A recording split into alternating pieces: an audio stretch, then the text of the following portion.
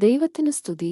2025 ആണ്ട് മാർച്ച് മാസം 1 തീയതി സിറോ മലബാർ സഭയുടെ ആരാധനാ കലണ്ടർ അനുസരിച്ച് ഇന്ന് ദൻഹാകാലം 8-ാം ശനി. ഇന്നത്തെ വചനഭാഗം.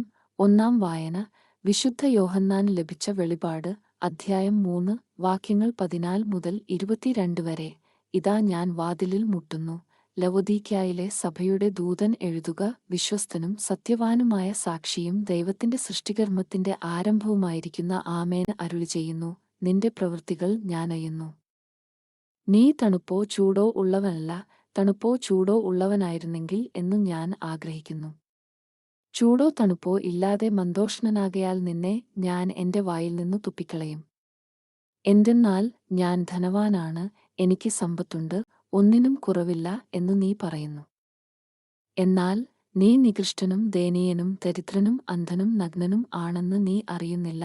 ഞാൻ നിന്നെ ഉപദേശിക്കുന്നു, നീ ധനികനാകാന് അഗ്നിശുദ്ധി വരുത്തിയ സ്വർണം എന്നോട് വാങ്ങുക. നിന്റെ നഗ്നത മറ്റുള്ളവർ കണ്ട് നീ ലജ്ജിക്കാതിരിക്കുവാൻ ശുഭ്രവസ്ത്രങ്ങൾ എന്നോട് വാങ്ങുക. കാഴ്ച ലഭിക്കുന്നതിന് കണ്ണിലെഴുതാനുള്ള അഞ്ജനവും എന്നോട് വാങ്ങുക. ഞാൻ സ്നേഹിക്കുന്നവരെ ശാസിക്കുകയും ശിക്ഷിക്കുകയും ചെയ്യുന്നു.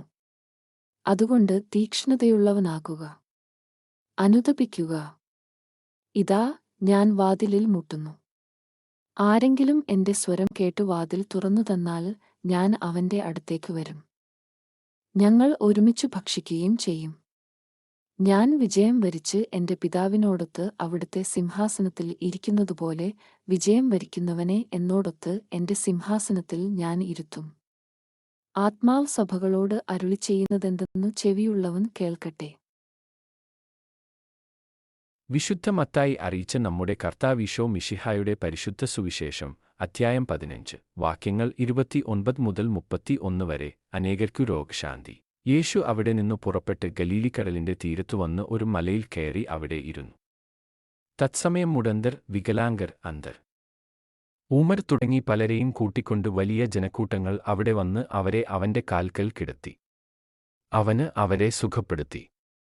ഊമർ സംസാരിക്കുന്നതും വികലാംഗർ സുഖം പ്രാപിക്കുന്നതും മുടന്തർ നടക്കുന്നതും അന്ധർ കാഴ്ച പ്രാപിക്കുന്നതും കണ്ട് ജനക്കൂട്ടം വിസ്മയിച്ചു. അവർ ഇസ്രായേലിന്റെ ദൈവത്തെ മഹത്വപ്പെടുത്തി. ദൈവവചനമാണ് നമ്മൾ ശ്രവിച്ചത്. നമ്മുടെ കർത്താവായ മിശിഹായ്ക്ക് സ്തുതി.